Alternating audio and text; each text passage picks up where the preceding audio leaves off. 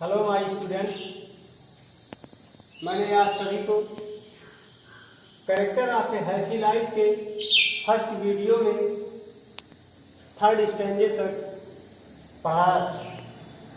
तो fourth standard से देखिए, who envies none whom chance doth raise, nor wise who never understood how deepest rules are given with praise, nor rules of state but rules of good। प्रस्तुत पद्यांश में कवि हमें एक प्रसन्नचित्त व्यक्ति के बारे में बताता है जो ईर्ष्या और प्रशंसा से मुक्त होता है। तो देखें, अर्थ देखें, हु जो एनवीज ईर्ष्या करता है, नन किसी से भी नहीं, हु जो नन किसी भी ऐसे व्यक्ति से नहीं एनवीज ईर्ष्या करता है, हुम जिसे चांस संयोग ने डथ रेज ऊंचा उठा दिया है, जिसे संयोग ने ऊंचा उठा दिया है, अर्थात जो संयोग से ऊंचा हो गया है, जो संयोग से आगे बढ़ गया। तो हु एनवीज नन, जो किसी ऐसे व्यक्ति से ईर्ष्या नहीं करता, हुम चांस डथ रेज जो संयोग से आगे बढ़ गया है। नार ना तो, ना तो ये एक सेंटेंस का रूप बना रहा है। ना तो का तात्पर्य ना तो किसी ऐसे व्यक्ति से ईर्ष्या करता है, वाइस बुराई से, अनुचित साधन से, अर्थात जो बुरे साधनों से, अनुचित साधनों से आगे बढ़ गया है। तो नार ना तो किसी ऐसे व्यक्ति से ईर्ष्या करता है, वाइस जो बुराई से अर्थात अनुचित साधनों से आगे बढ़ गया है। तो यहाँ तक पूरा फिर मिला के बताते हैं, who envies none whom chance doth raise, जो किसी ऐसे व्यक्ति से ईर्ष्या नहीं करता है जो संयोग से आगे बढ़ गया हो। नार वाइस, ना तो किसी ऐसे व्यक्ति से भी ईर्ष्या करता है जो अनुचित साधनों से आगे बढ़ गया है। हु जो नेवर कभी नहीं, अंडरस्टूड समझा, जो कभी नहीं समझा, अर्थात जो इस बात को कभी नहीं महसूस किया कि हाउ किस प्रकार,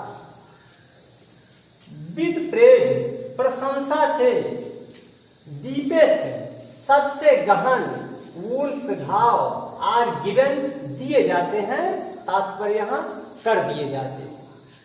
तो हु नेवर अंडरस्टूड जिसने इस बात को कभी नहीं समझा कि हाउ डीपेस्ट वुल्स आर गिवन विद प्रेज, प्रशंसा से अर्थात प्रशंसा के द्वारा कितने गहरे घाव किए जा सकते हैं या किए जाते हैं। नार rules of state,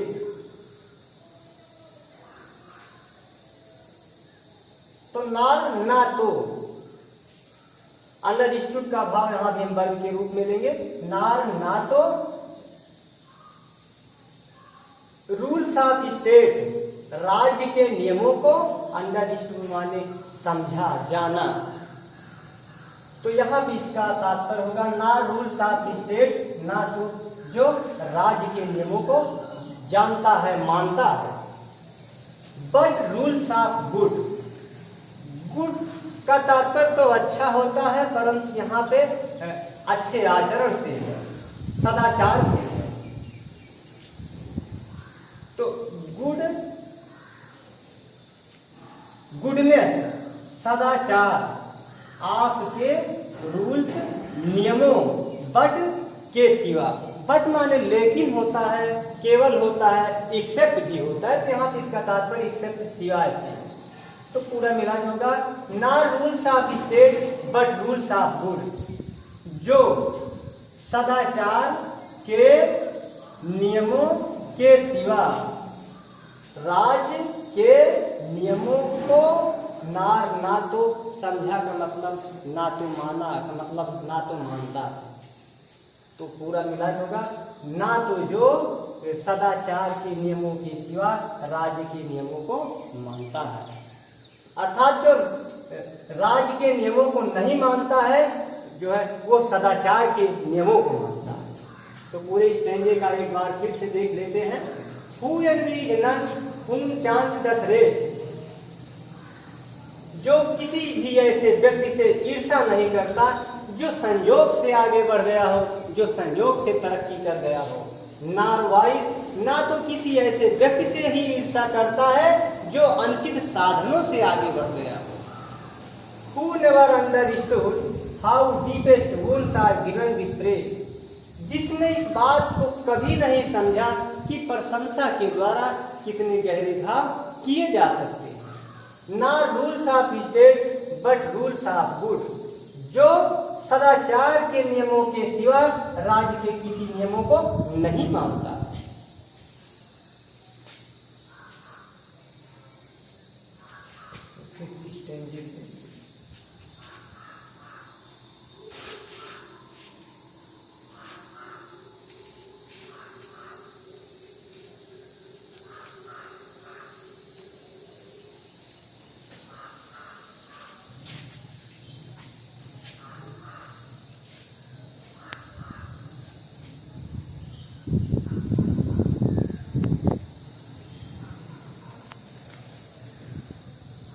God doth late and early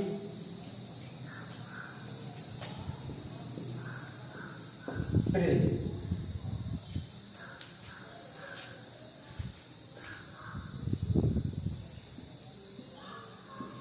More of his grace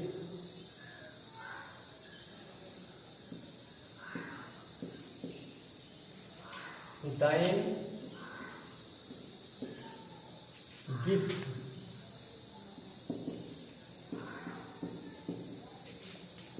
to lend.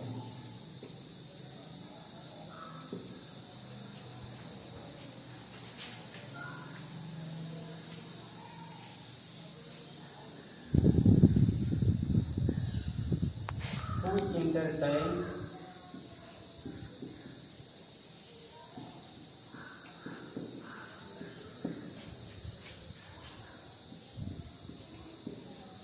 the harmless day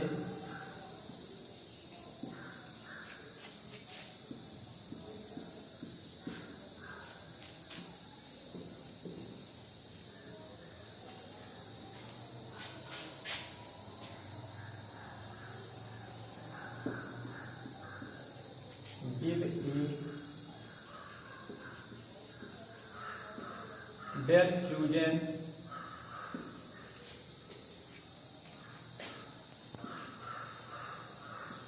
book or friend.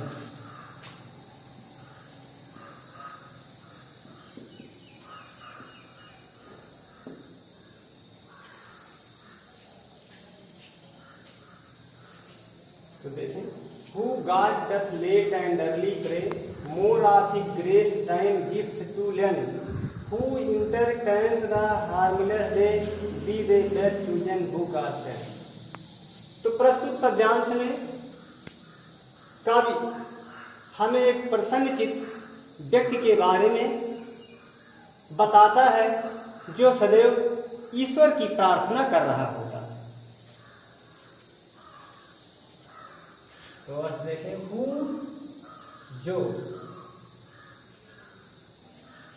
Late and early, तो अर्ली माने जल्दी होता है, लेट का मतलब देर होता है।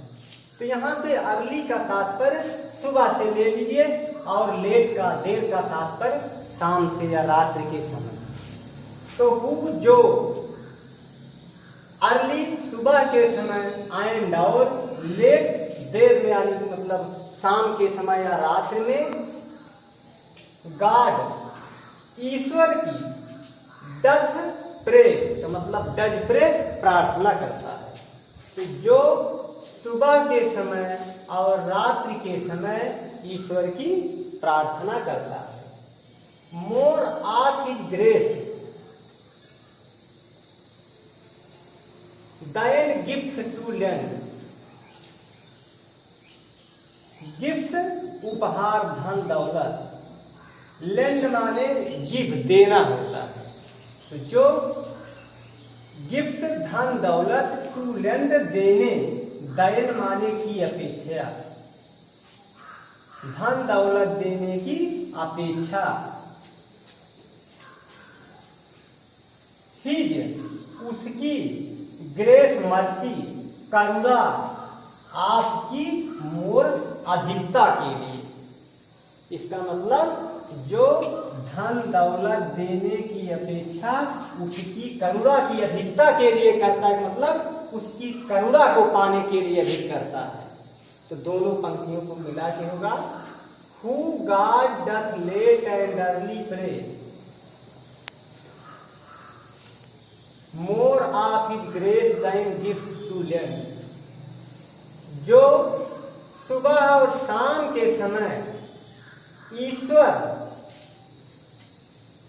की प्रार्थना करना, शब्द को बाद में अर्थ लगाएंगे, ईश्वर की प्रार्थना धन दौलत देने की अपेक्षा उसकी करुणा को पाने के लिए अधिक करता है। प्रे का कर्ता शब्द बाद में ले। तो हो गया कि जो सुबह और शाम के समय ईश्वर की प्रार्थना धन दौलत देने की अपेक्षा उसकी करुणा पाने के लिए अधिक करता है। Who entertains the harmless day, who जो हार्मलेस हानि रहित, डे दिन को, इंटरटेन्स प्रसन्नता के साथ व्यतीत करता है। इंटरटेन का मतलब होता है प्रसन्नता से व्यतीत करना, टू पास विद जॉय। तो जो द हार्मलेस डे हानि रहित दिन को इंटरटेन्स प्रसन्नता के साथ व्यतीत करता है। हानि रहित दिन का तात्पर्य ऐसे दिन से है जिसमें किसी भी व्यक्ति का कोई हानि न किया जाए।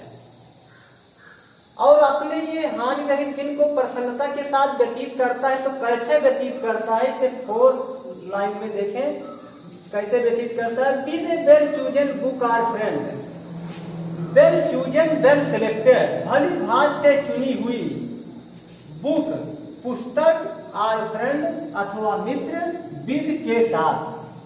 तो इस तरह से दोनों पंक्तियों का मिला के होगा, जो द हार्मलेस डे हानि रहित दिन को, अर्थात अपने हानि रहित दिन को, a well chosen book are friend एक भली प्रकार से चुनी हुई पुस्तक अथवा मित्र के साथ इंटरटेन्स प्रसन्नता से व्यतीत करता है। एक बार पुनः जो सुबह और शाम के समय ईश्वर की प्रार्थना धन दौलत देने की अपेक्षा उसकी करुणा पाने के लिए अधिक करता है। Who entertains the harmless day with a well chosen book or friend, जो अपने हानि रहित दिन को एक भली प्रकार से चुनी हुई पुस्तक अथवा मित्र के साथ प्रसन्नता से व्यतीत करता है।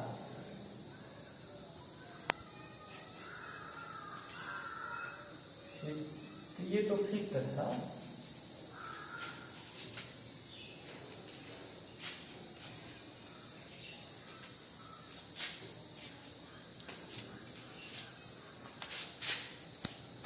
ठीक से है पूरा।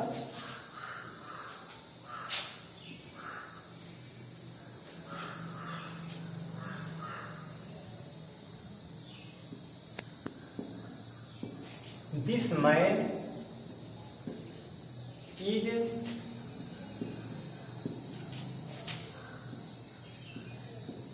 free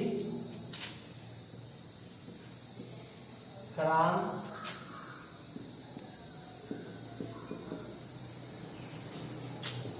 servile band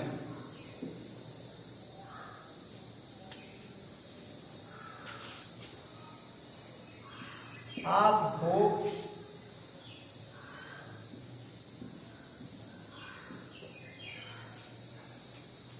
to rise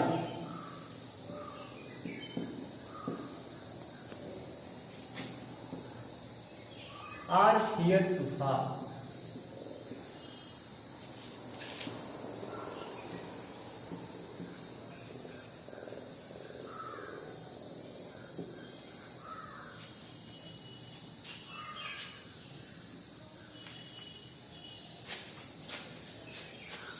Lord of himself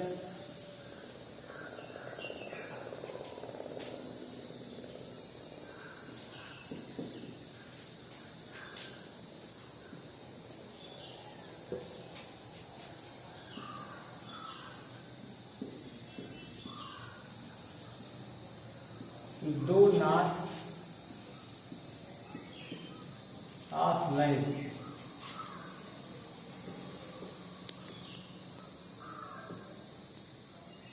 and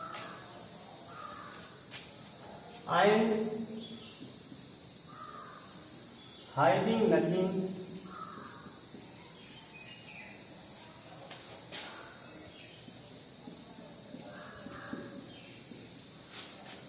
he hath thought।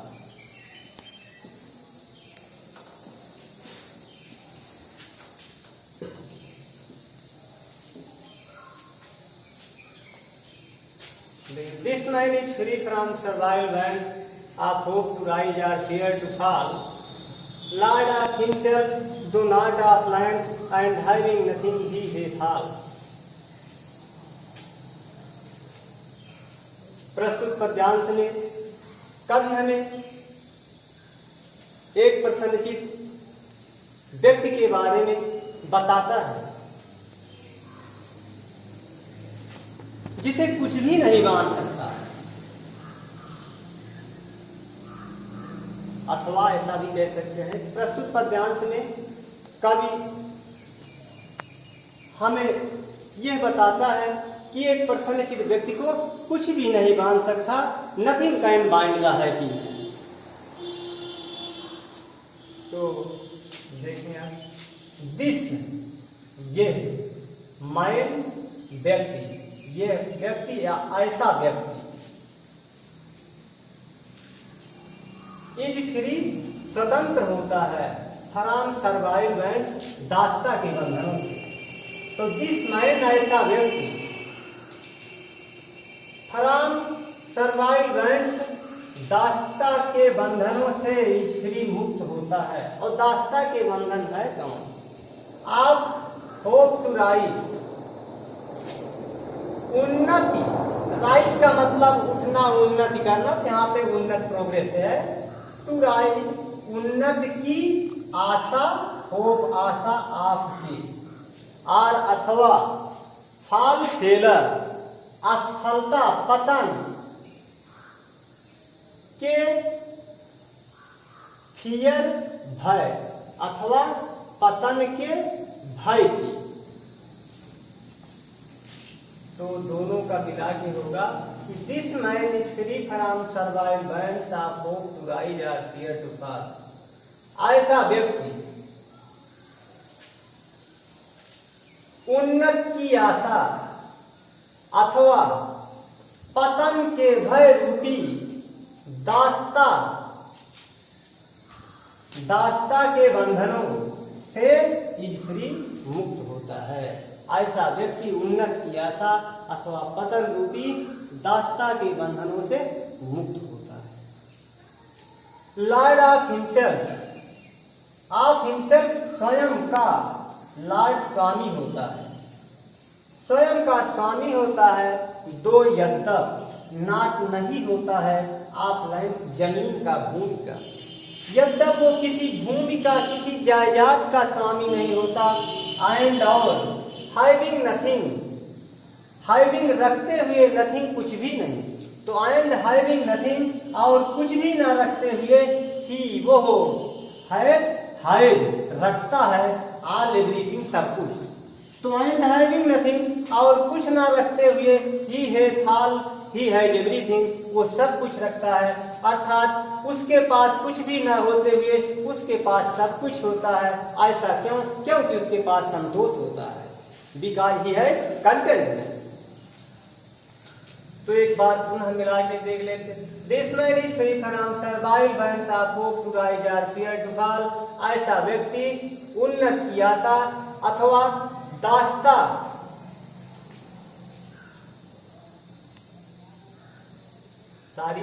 ऐसा व्यक्ति उन्नत की आशा अथवा पतन रूपी भय के दास्ता के बंधनों से मुक्त होता है।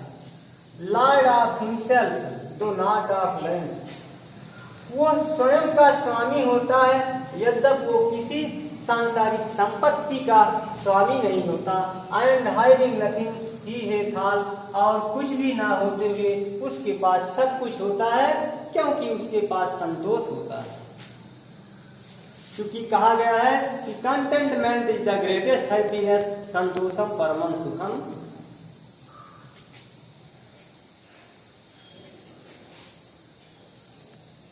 तो माय स्टूडेंट्स, अब मैं यहीं विराम लेता हूँ। शेष स्टडी नेक्स्ट वीडियो में होगा। Thank you.